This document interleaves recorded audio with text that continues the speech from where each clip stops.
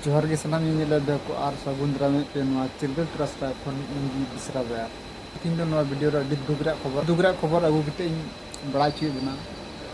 Santali orchestra ᱥᱮ ᱫᱤᱱᱟᱡᱽᱯᱩᱨ ᱢᱮᱱ ᱥᱮ ᱡᱟᱛᱨᱟ ᱱᱟᱭᱤᱴ ᱫᱷᱟᱢᱟᱠᱟ ᱯᱨᱳᱜᱨᱟम ᱢᱮᱱ ᱱᱚᱝᱠᱟᱱᱟᱜ ᱯᱨᱳᱜᱨᱟम ᱠᱚᱨᱮ ᱟᱹᱰᱤ ᱡᱟᱹᱥᱛᱤ ᱢᱤᱫᱴᱟᱝ ᱟᱵᱚᱨᱮᱱ ᱥᱤᱝᱜᱟᱨ ᱟᱹᱰᱤ ᱪᱚᱨᱪᱚᱞᱤᱛ ᱨᱮ ᱛᱟᱦᱮᱸ ᱠᱟᱱᱟ ᱟᱨ ᱩᱱᱤ ᱫᱚ ᱦᱩᱭᱩᱜ ᱠᱟᱱᱟ ᱯᱨᱮᱢᱥᱞᱟ ᱜᱟᱛᱮ ᱠᱚ ᱩᱱᱤ ᱯᱨᱮᱢᱥᱞᱟ ᱦᱟᱸᱥᱫᱟ ᱫᱚ ᱟᱫᱚ ᱱᱚᱣᱟ ᱫᱷᱩᱲᱤ ᱫᱷᱟᱹᱨᱛᱤ ᱨᱮ ᱠᱷᱚᱱᱮ ᱵᱟᱹᱜᱤ ᱦᱚᱴᱚᱣᱟᱜ ᱵᱚᱱᱟ ᱢᱟᱱᱮ ᱵᱚᱸᱜᱟ ᱫᱤᱥᱚᱢ ᱛᱮ ᱪᱟᱞᱟᱣᱱᱟ ᱵᱚᱸᱜᱟ ᱫᱤᱥᱚᱢ ᱛᱟᱞᱟᱭᱮᱱᱟ ᱩᱱᱤ ᱫᱚ तो नुई दीदी दो जहाँ नवा धूड़ी धरती को बंगा तलायना उना दो होला करीब 12 बजे अक्तो गान तहां कना पसे उन अक्तो रे नुई दो अबुआ नवा धूड़ी धरती को बंगा दिसम ते बंगायन तबना गति को अडी दुख बुझेना अडी दुख सरीगी और प्रेमसला दीदी दो मैं नौका रुआ आजार रे मैंने जबुन कान तना जहाँ दो ना रुआ आजार खन आज बा जितकर दवेदा आया जीवी हरमो दो नवा धरती खन मंचपुर ते चलावन तया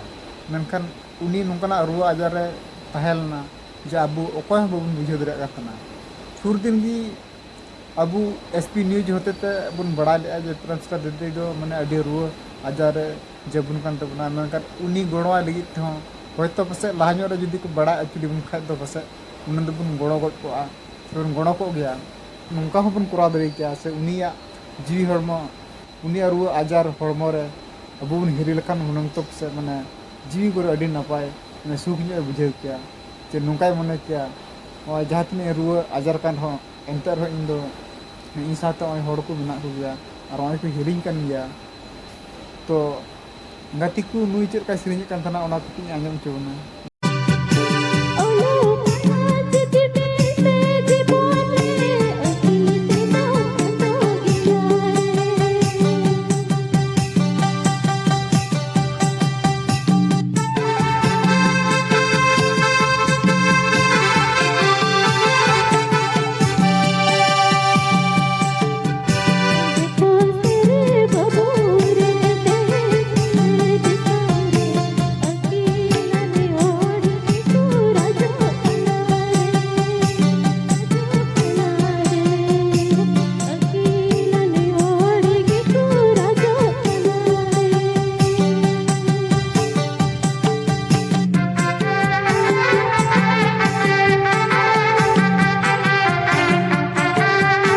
जहाँ नुई अबुरन दीदी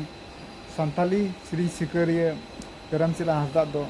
सिंगित दिसम तलारन इने दो नवा भारत दिसम रन झारखंड राज्य संताल परगना पाकुड़ जिला पाकुड़िया थाना क्षेत्र अंतर्गत डूंगरसोल आतुरने तहाकन तबना तो यार सरीगी नुई प्रेमसला हांसदा नुई दीदिया सेरिंग चिकाते बन हिरिंग गताया ओनाते दीदी जागु बन दिसोया उन दो जेमन नुया सेरिंग बन आंजम तायमा और जागी बड़े नुई साथे संगिल बुंथान मानुया सेरिंग आंजम गते तो गैस नवा वीडियो रे दो आदो चेबन कथा मा विधि सरीगी दुख पे बुझे के तबना तो आपे नवा गी आपे कमेंट तलाते कमेंट रे लेइन तुम कमेंट तलाते कमेंट तुम पे जो माराम रूठे अरदास तुम पे जेमन दीदिया आत्मा ताय नाय नपाय बड़ते तहन मा और जुदी पे खुशी तबना नवा वीडियो एनखान ते लाइक तबन पे और जस्ती कुन जस्ती अबो संताल खेरोड़ हपन तला रे शेयर तबन पे